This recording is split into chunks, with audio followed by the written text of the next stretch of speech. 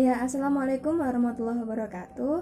Perkenalkan, nama saya Nurul Hayati, NIM 1401418018015 dari kelompok 3. Nah, saya akan mencoba menjawab pertanyaan dari Prisma Winda dari kelompok 8. Nah, yang ditanyakan adalah bagaimana peran guru, siswa, dan sumber belajar dalam teori belajar kognitif. Nah, teori belajar kognitif adalah teori yang menjelaskan tentang bagaimana tahapan-tahapan siswa itu belajar yang hubungannya dengan pemahaman, kemudian pemecahan masalah, dan pengolahan informasi.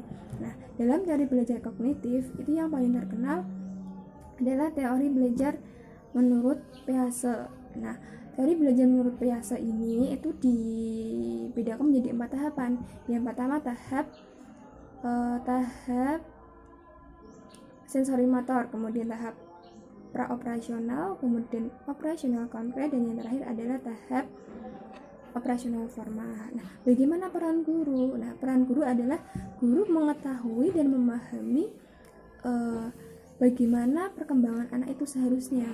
Jadi guru bisa mengontrol perkembangan anak. Oh, anak umur sekian tahun seharusnya anak pada umumnya seperti ini. Anak sekian tahun, anak seharusnya secara umum seperti ini. Nah, tapi guru tidak bisa atau tidak boleh memaksa anak untuk sesuai dengan teori belajar kognitif seperti yang diutarakan seperti menurut teori belajar Peirce. Nah, itu adalah peran guru, yaitu guru sebagai pengelola pembelajaran yang baik, dan guru harus memahami bahwa siswa itu beragam. Nah, bagaimana peran siswa? Nah, siswa dalam tahapan belajar, siswa adalah sebagai objek belajar itu sendiri. Nah, bagaimana dengan peran sumber belajar? Nah, peran sumber belajar untuk tahapan belajar siswa itu tergantung usia siswa juga. Jadi ketika usia anak, jadi umur berapa anak tersebut juga mempengaruhi sumber belajar anak. Jadi misalkan anak itu umur 0-2 tahun. Nah, usia itu ada pada usia sensori motor.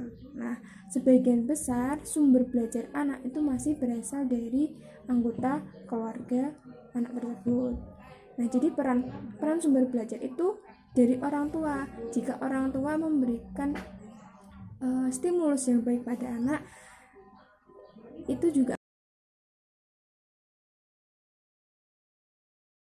tersebut. Nah, demikian selanjutnya pada tahap-tahap yang lain, pada tahap misalkan tahap operasional konkret, tahap operasional formal pun anak juga dipengaruhi sumber belajarnya dari lingkungannya. Nah, pada operasional konkret sumber belajar anak sudah mulai luas, mungkin dari keluarga, dari masyarakat, dari sekolah, dari teman-temannya, dari guru-gurunya. Nah, jadi itu merupakan peran guru, peran siswa, peran sumber belajar dalam teori belajar kognitif. Sekian, kurang lebihnya mohon maaf. Wassalamualaikum warahmatullahi wabarakatuh.